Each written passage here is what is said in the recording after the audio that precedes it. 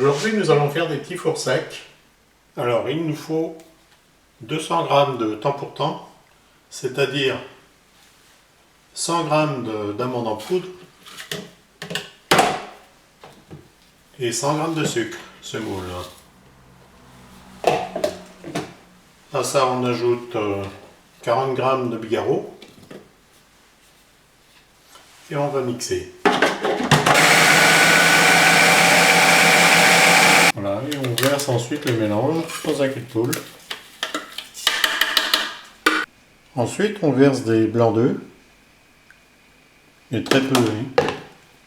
Il faut y aller très doucement et on mélange avec une spatule. On vérifie avec le doigt que ce ne soit pas trop dur ou trop mou. Ensuite, vous mettez dans une poche. Si vous en mettez trop, vous risquez de ne pas réussir à appuyer sur la poche. Ça risque d'être trop dur. Et vous prenez une douille cannelée. Attention de ne pas les faire trop gros.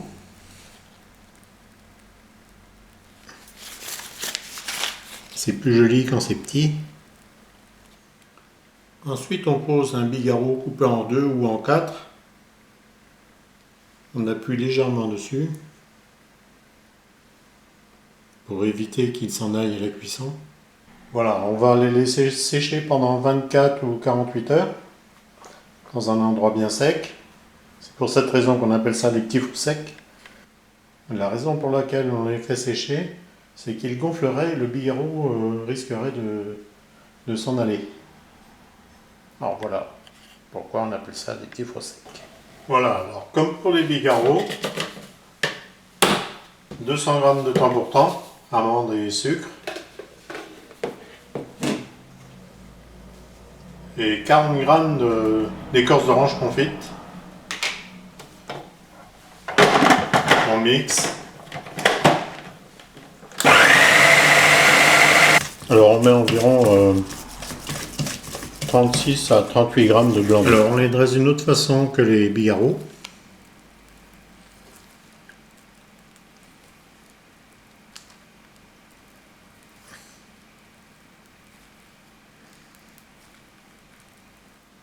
Ensuite on découpe des losanges. Ensuite vous posez vos losanges et vous appuyez dessus. Alors comme pour les bigarreaux, on va les mettre à sécher 24 ou 48 heures.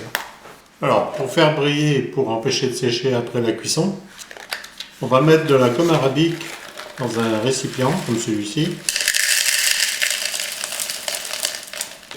On ajoute de l'eau. On recouvre. Attention de ne pas en mettre de trop. Il faut préparer un ou 2 jours avant pour que ça ait le temps de fondre gentiment. Alors je les ai mis à sécher dans mon four comme j'en avais pas besoin.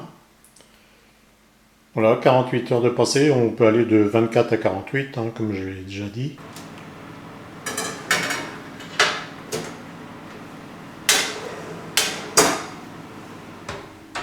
Alors il faut entre 8 et 10 minutes de cuisson.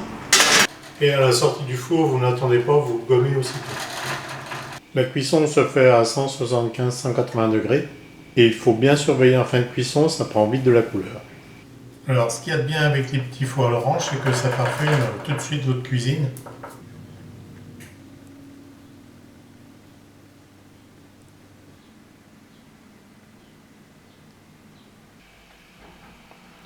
Vous pouvez aussi les présenter avec des tuiles, des macarons.